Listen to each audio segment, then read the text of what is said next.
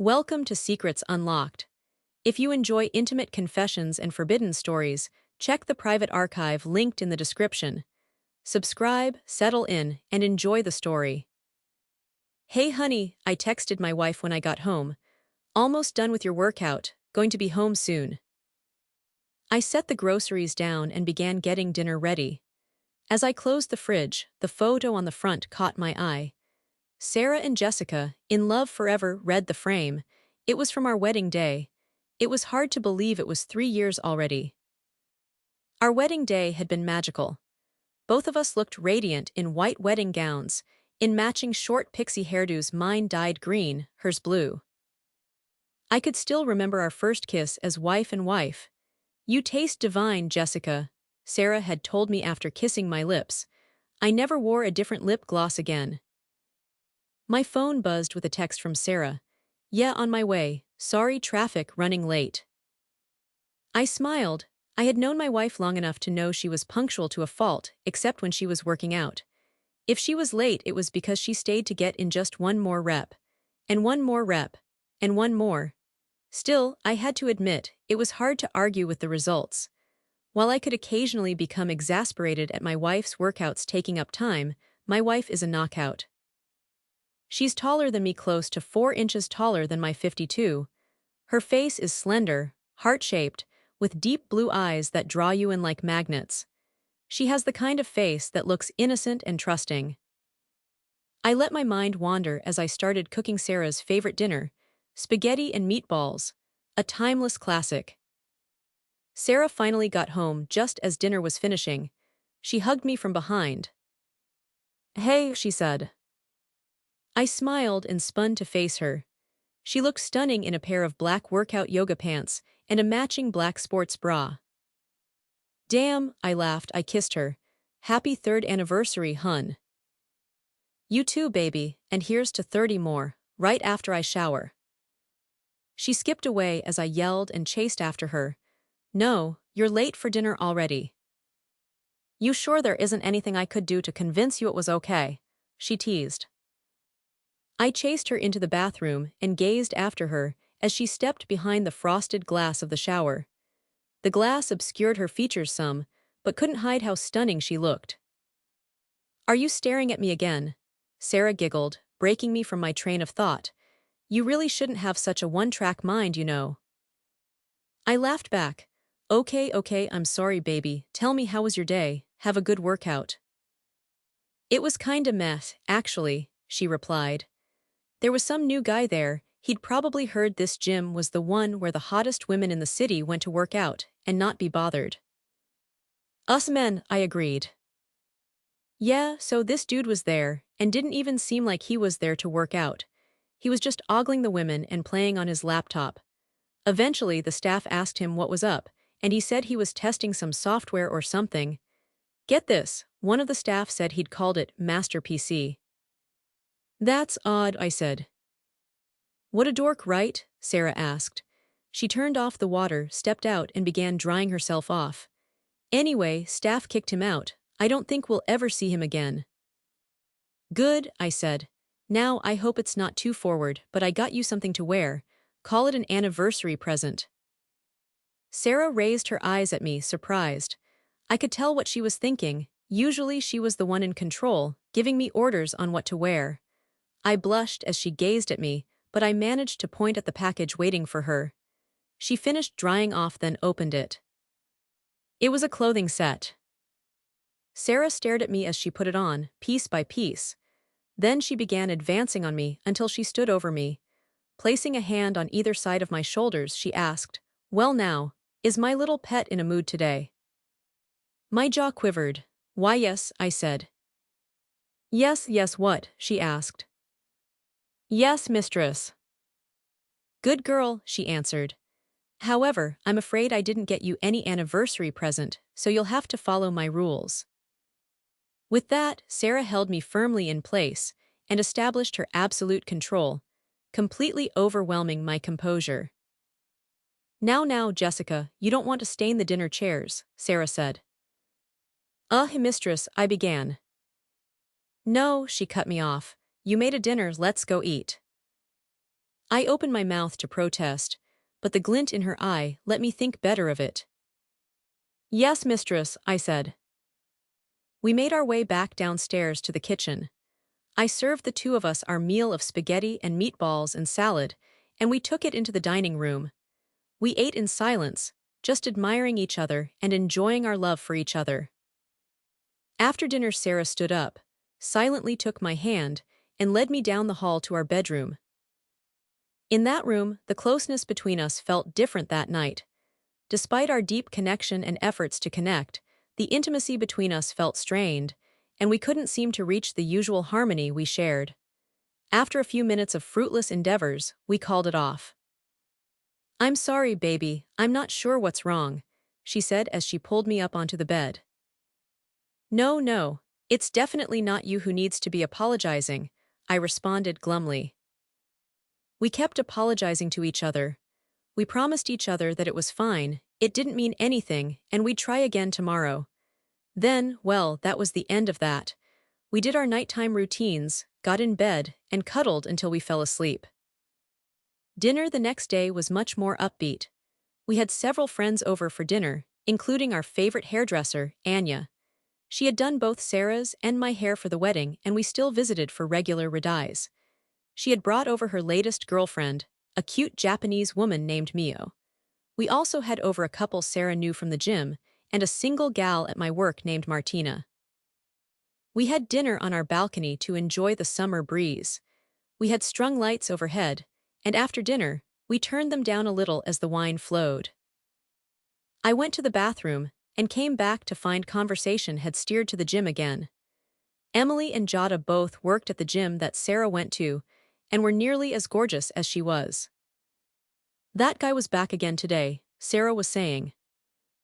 No way, it can't have been him, said Jada, shaking her head. Yeah, this dude was fit. The dude yesterday was like 350. No one can do that in a month, much less a day. But Sarah was insistent. I'm telling you, the face, the eyes, it was the same. I can't explain it, but I know it was him. What's this about? Anya asked. Some dude came by the gym yesterday. Seemed to just catch sight of all the women through the window or something, I guess, Jada explained. He came in and was just staring and typing on his laptop. It was weird, said Sarah. Emily chimed in, saying, look, we told that dude to get lost, and there's no way this dude today was the same guy. Today's guy was hot. We all traded looks for a moment, confused. Gals, I'm bi, I like guys too, laughed Emily. We all busted up laughing. Most of us hadn't considered a man as a sexual being in our lives, and sometimes forgot they could be lusted after too. Look, the guy today was definitely different. He just came in to give us a free software update or something. He just plugged his computer into our system for a couple minutes, and that was it. Maybe he checked out the girls a little while he was working, but then he left. It's all good, said Emily. I don't know, I think it was the same guy, Sarah said again. I didn't like it. How could it possibly be the same guy? Jada asked. Yeah, if what they're saying is right, this guy must have, hacked his body or something. He lost 200 pounds in a day, asked Martina. Like he just deleted it with a keystroke on his computer. That's obviously not possible, said Jada. Girls, I don't know, the way he looked at me was the same. It wasn't even normal male creeper stuff, explained Sarah. It was more than that. It was like a wolf choosing which lamb to have for dinner. Like he'd decided I was his next victim. It weirded me out, and it was exactly the same feeling and face of the day before. We were all silent for a moment, thinking over what she'd said. Then the conversation drifted elsewhere. Do you want to talk about it? I asked Sarah a few mornings later over breakfast. She was wolfing down her eggs. I didn't need to be a scientist to know she was uncomfortable and trying to rush through the conversation. I should get going, babe, she said, shaking her head. Can we talk tonight? I sighed. That's what you said yesterday, Sarah. And then last night you said we could talk at breakfast. Last night had been a demoralizing struggle. We had tried to share an intimate moment, but Sarah was completely distant and unable to connect, leaving us both frustrated. It had been the same story every night this week. It made me feel like a failure, like I was inadequate. Sarah saw the emotions playing over my face. She tucked a lock of her electric blue hair behind her ear, cupped my face in her hands, drawing me in. Listen, baby, it's fine, really. You're great, I still love you, I still think you're sexy, there's no one else. I swear, I just gotta run. She started making her way toward the door where her bag was waiting.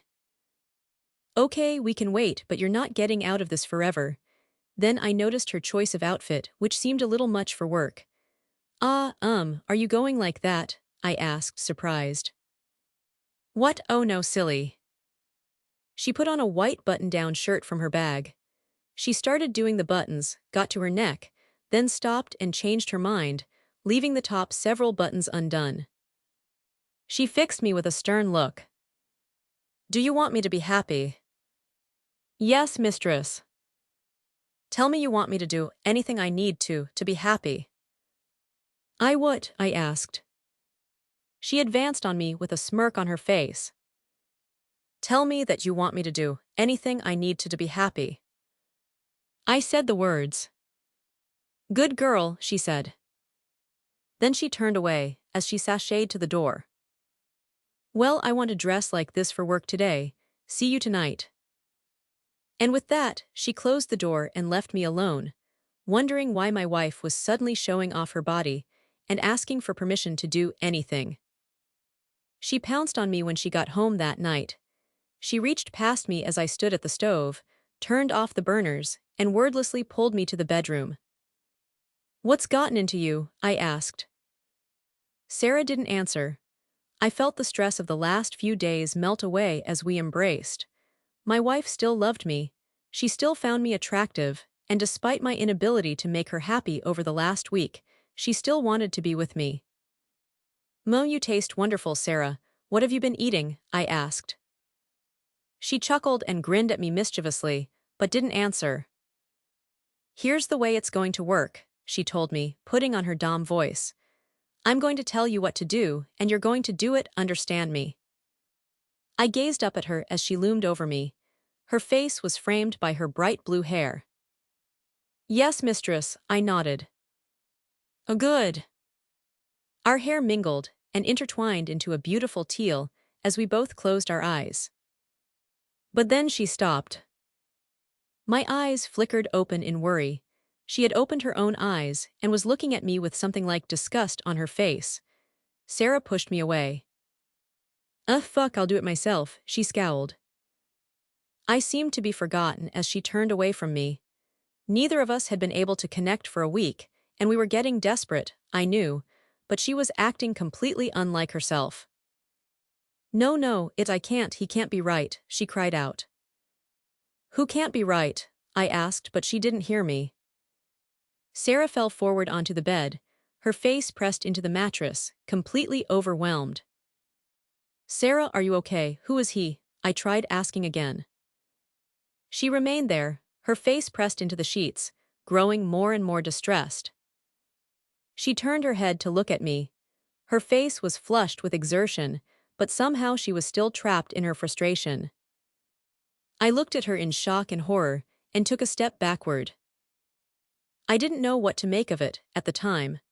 To see her acting like this rattled me to my core, as did seeing my normally confident wife acting so completely distressed and needy. She turned away and ignored me. I turned and left her alone in the bedroom. As I made up the couch to sleep on for the night, a disturbing thought crept into the back of my mind. One I had never had before, but once it crept in, I couldn't shake it loose. It rattled around the inside of my brain until I finally fell into a fitful sleep. Again and again, I pondered, what if I could never make my wife happy again? What if it was because we were unnatural? What if she needed a man?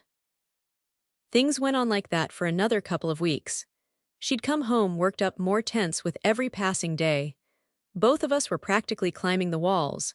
When she kissed me, she had the same now familiar taste on her lips, more distinct with every passing day. We'd try to be close, and I'd try to help her find some peace again and again, but Sarah somehow just couldn't find any satisfaction. She'd get more and more desperate with need and end up yelling at me.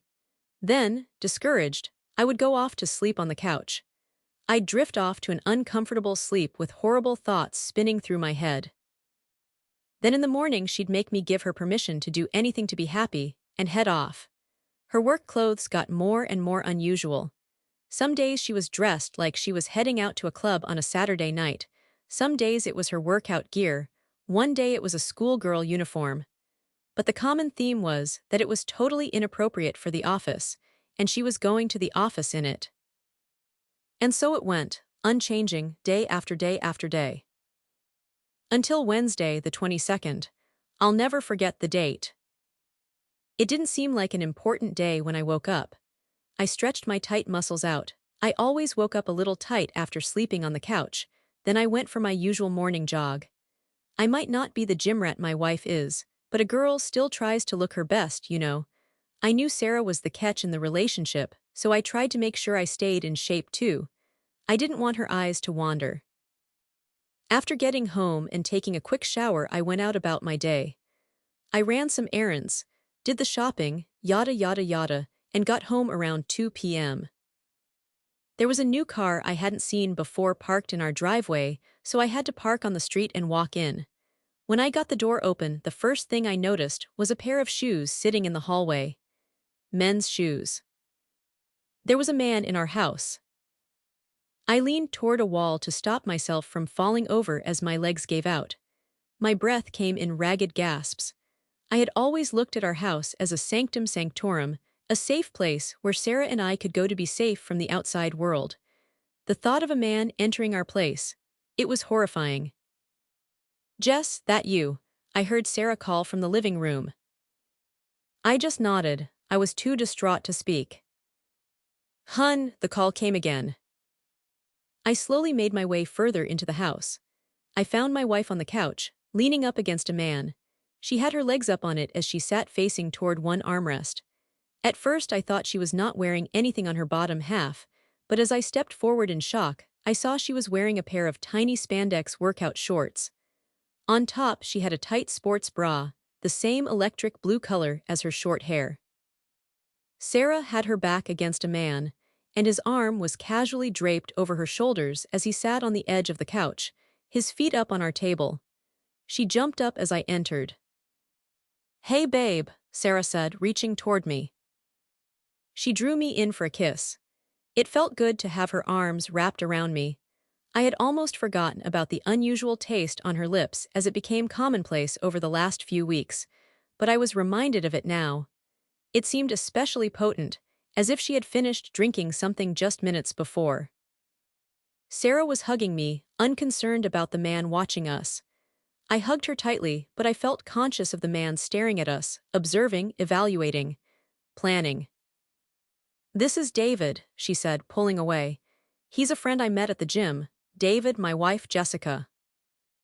David held out a hand for a shake, but did not stand up. I stepped forward to shake his hand. I couldn't remember the last time I had touched a man. "Hello, Jessica, I've heard a lot about you," he said. Sarah and David shared a smile at that, but I didn't see what was funny.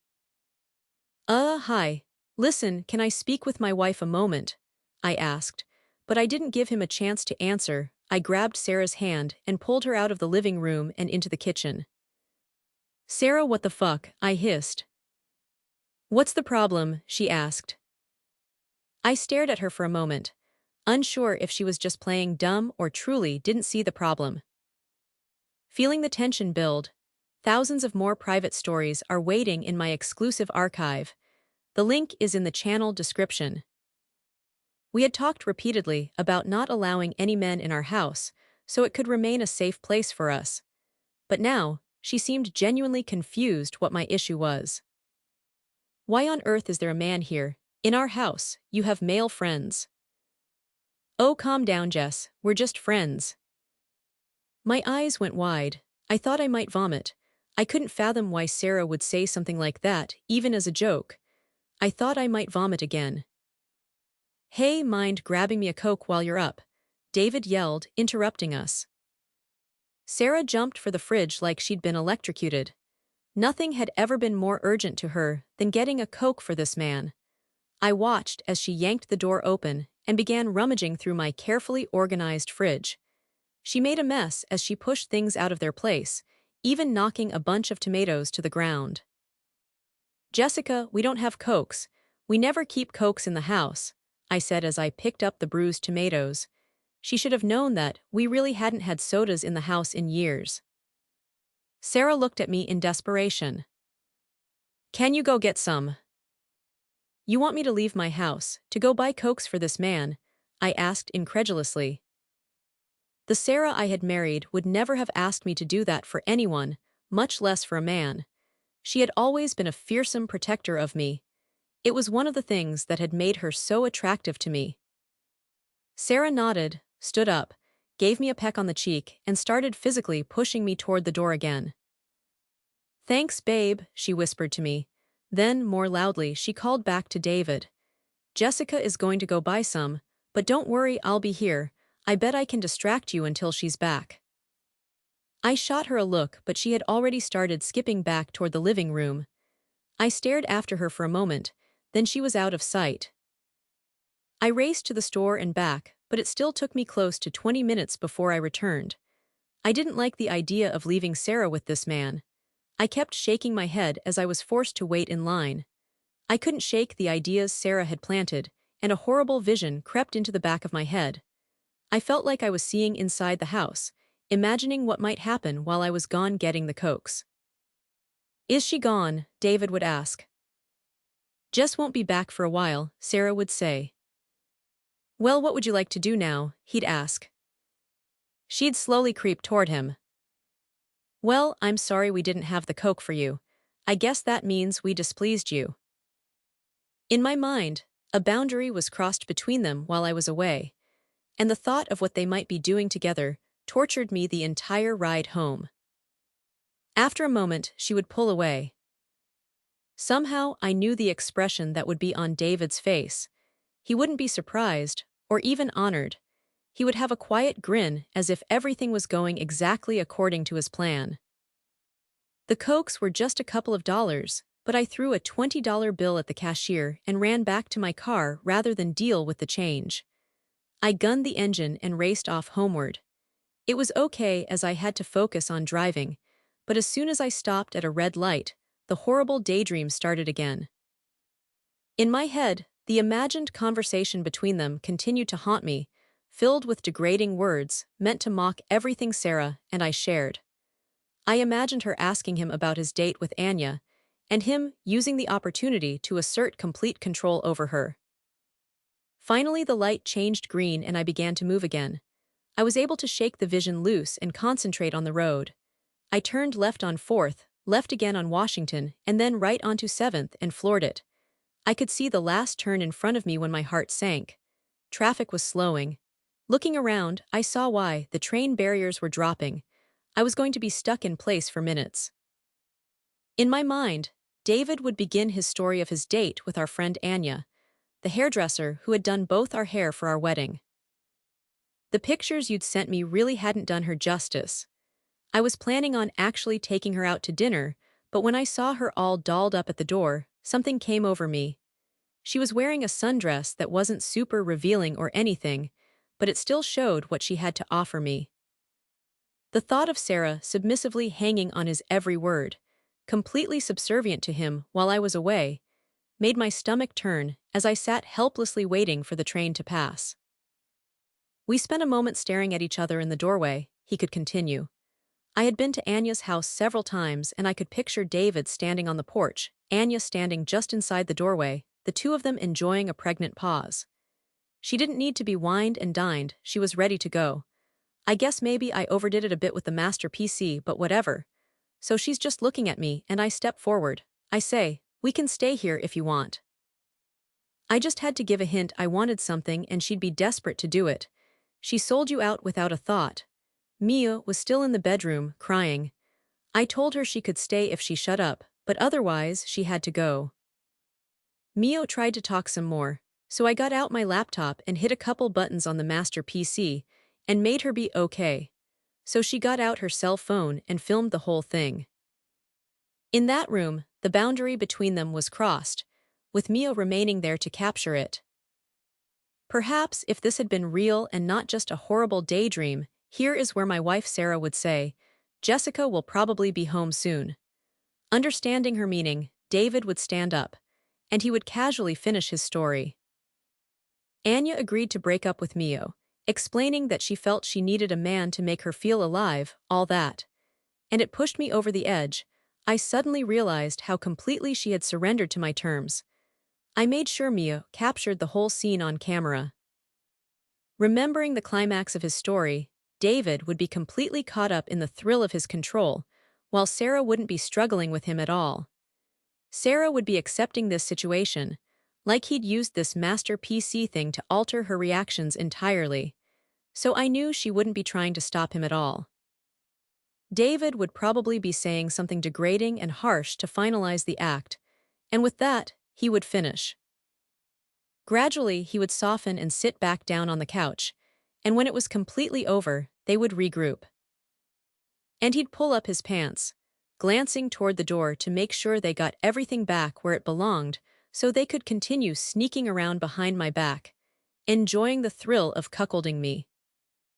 "You still want to be the one to edit Mio's video?" he might ask my wife. "I don't have a degree or professional experience or anything," she'd explain, "but I took several classes in college.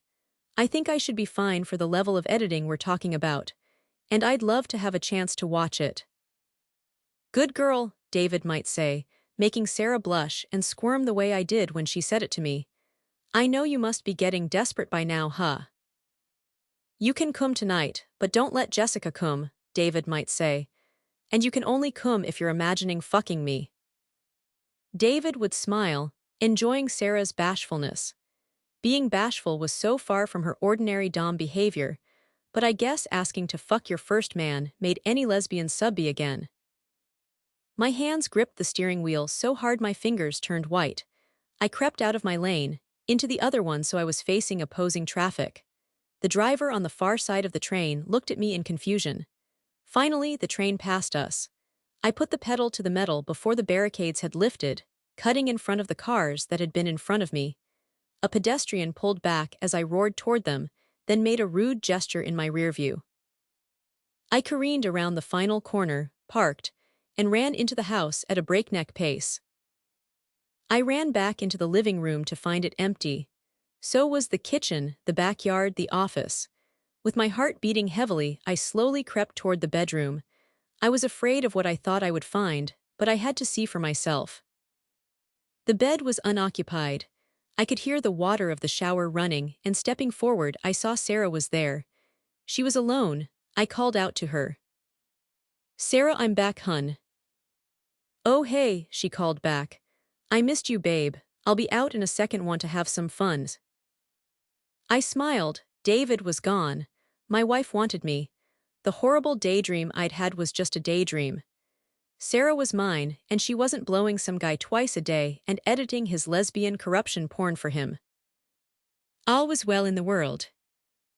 "Yes, please, I'll be in the bedroom," I replied. I practically danced back to the car.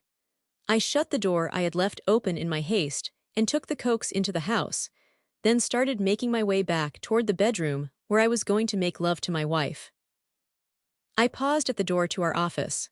Sarah used it occasionally when she had to work from home, but it didn't see much use. But now, the door was open an inch or two. Holding my breath, I reached out and slowly pushed it open wider. The computer had a screen up that said some film editing software had completed its download. On the desk beside the computer, 3 books were stacked up. My hands were trembling as I reached out to pick them up. They were film editing books. The ones Sarah had read in college when taking a few fun electives. The ones she'd need to review if she were going to start editing film for the first time in years. The kind of books she'd need if she were going to edit videos sent to her by David. A shudder went through my body, and I collapsed back against the wall. How had this happened? Did it mean what I thought it did? Would I ever get my wife back? I didn't know. I hope you enjoyed this story. More intimate confessions are waiting in the private archive linked in the description. Subscribe for the next story.